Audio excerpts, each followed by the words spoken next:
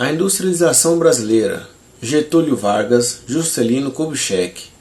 Creio que muitos de vocês já ouviram falar desse assunto na escola, mas para quem não se lembra, eu vim trazer um pouco dessa história que foi um marco em nosso país. E se você gosta desse tipo de conteúdo, considere se inscrever no canal e deixar o seu like.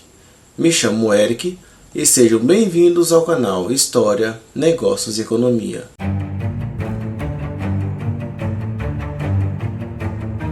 Comparada a outros países, a indústria brasileira é nova.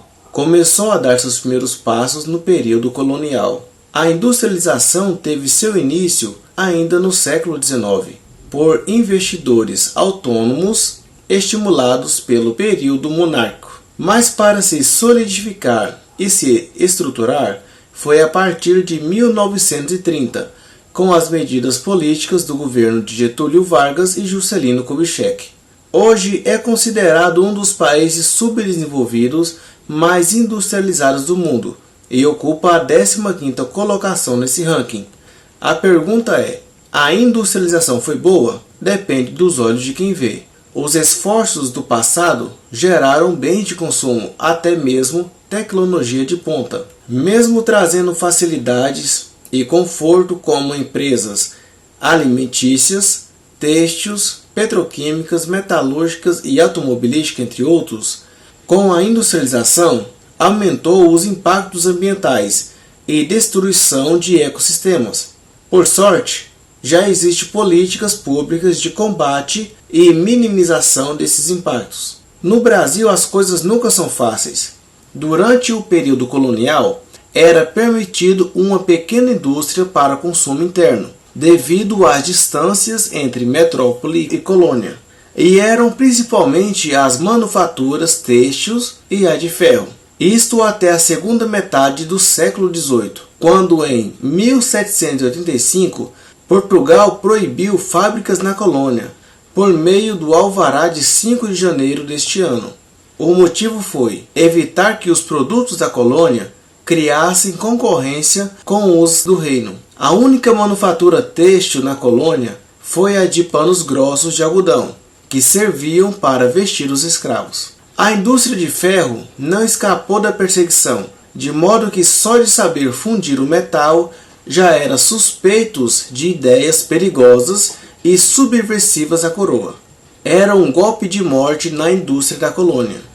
No século XIX, as oficinas de trabalho surgiram em sua maioria no sudeste brasileiro, sobretudo nas províncias do Rio de Janeiro, Minas Gerais e mais tarde em São Paulo. Surgiram também no nordeste do país, Pernambuco e Bahia. Aproximadamente 77 estabelecimentos registrados entre 1808 e 1840. Foram classificados como fábrica ou manufaturas pelos padrões de hoje. Cerca de 56 estabelecimentos seriam considerados como oficinas. Suas atividades eram voltadas para a produção de sabão, velas de sebo, rapé, tecelagem, alimentos, derretimento de ferro e metal, entre vários outros. Na época, esses estabelecimentos utilizavam tanto escravos como trabalhadores livres. Existiam 13 estabelecimentos que foram criados entre 1831 e 1840, todos de porte pequeno. Ainda assim, os produtos manufaturados eram bastante diversificados e de uso comum: chapéus, pentes, ferração e serrarias, fiação e tecelagem, tapetes, óleo e muito mais. Segundo estudiosos, apenas 9 estabelecimentos ainda estavam em funcionamento pelos anos de 1841, provavelmente por causa da estabilidade do período regional. A produção de manufaturas era extremamente limitada. Antes da década de 1840, devido à autossuficiência das regiões do país, haviam fazendas produtoras de café e cana-de-açúcar, que produziam seus próprios alimentos, roupas e equipamentos. Segundo os estudiosos, os custos de produção eram altos e havia a falta de capital, Tudo isso tornou impossível para as fábricas nacionais competir com os produtos estrangeiros. Os custos altos eram porque a maioria das matérias-primas eram importadas, apesar de algumas plantações já usarem máquinas.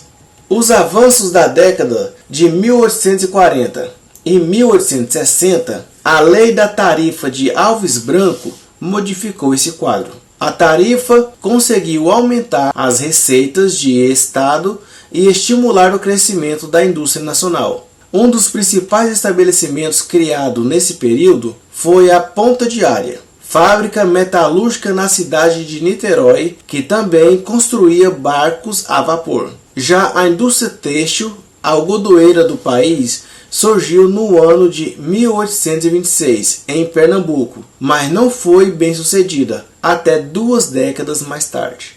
O setor têxtil foi dinâmico durante o período monárquico brasileiro e recebeu relevantes investimentos até 1890. Durante a década de 1870, graças ao declínio da região cafeeira do Vale do Paraíba e algumas áreas de produção de açúcar, muitos proprietários de plantações investiram não só na indústria têxtil de algodão, mas também em outros setores industriais. A implantação de uma rede ferroviária em todo o território nacional também estimulou o surgimento de novas atividades industriais, principalmente em São Paulo. A partir da década de 1870, a expansão da indústria tornou-se constante no Brasil. Em 1866, por exemplo, havia 9 fábricas têxtil com cerca de 795 trabalhadores. Em 1885, já havia 48 fábricas de tecidos através do país, que operavam 2.111 teares e empregavam 3.172 trabalhadores. Primeiro período republicano.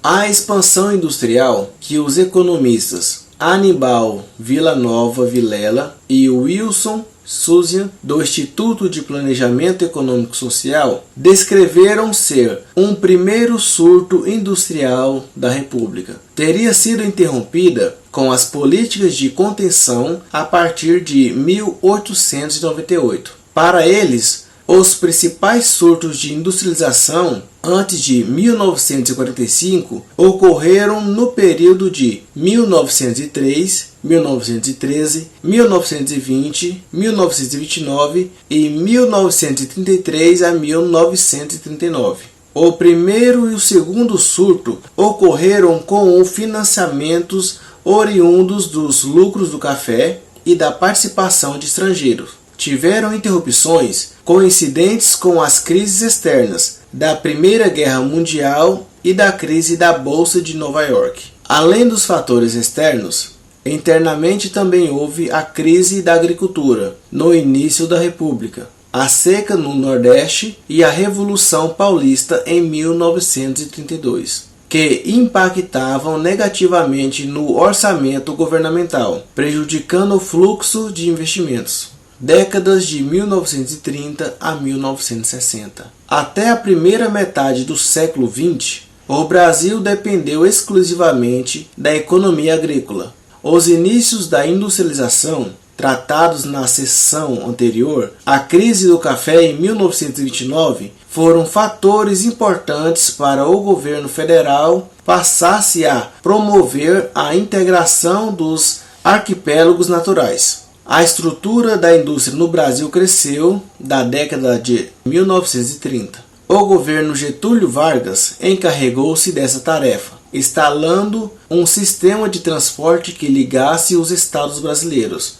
o que terminou aumentando o fluxo de mercadorias e pessoas entre estes. Os produtos industriais produzidos, sobretudo nas regiões sudeste, alcançou outras regiões do Brasil, causando a falência de indústrias que não conseguiram competir, e estabelecendo um forte centro econômico e industrial em São Paulo e Rio de Janeiro. No surto industrial da década de 1930, houve indicadores crescentes no consumo de cimento e aço. e importantes substituições de importações decorrentes da maturação dos investimentos com a aquisição de bens de capital da indústria têxtil que havia sido feito entre 1921 e 1928. E com o controle cambial instaurado em 1931, que perdurou até 1937, esse crescimento foi interrompido pelo aumento das expansões de tecido. O governo demonstrou preocupação com a atividade industrial e criou a Carteira de Crédito Agrícola e Industrial do Banco do Brasil, mas apenas a partir de 1941 possibilitaria financiamentos importantes. O presidente Vargas, que representava os conceitos e anseios da Revolução de 1930, passou a investir fortemente na criação da infraestrutura industrial.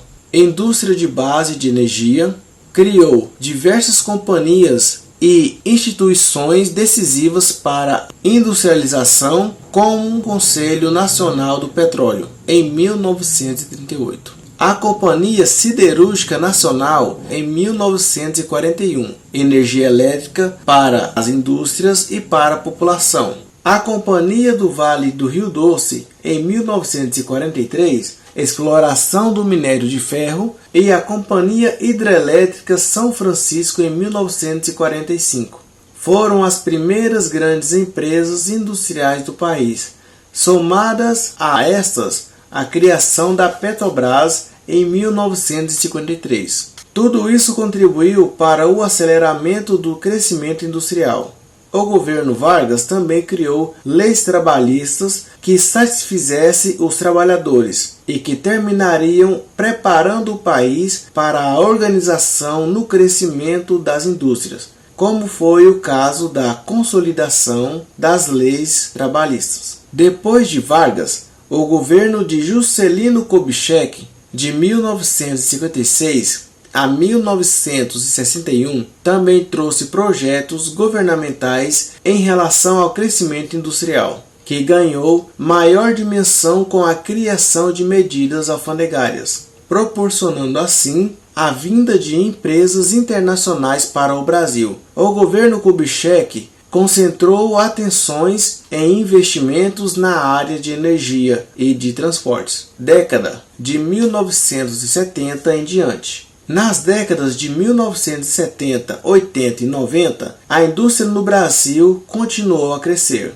A década de 80 ficou conhecida como a década perdida para a economia no Brasil, devido à retração econômica na indústria. O cenário mudou e, estabilizada a base industrial do país, produzindo diversos produtos, automóveis, máquinas, roupas, aviões e muitos outros. Embora seja autossuficiente na maioria dos setores, a indústria brasileira ainda é dependente de tecnologia externa em campos como informática. Na primeira década do século XXI, a privatização de empresas estatais nas áreas de mineração, bancária e de telecomunicações foi uma característica marcante na economia brasileira.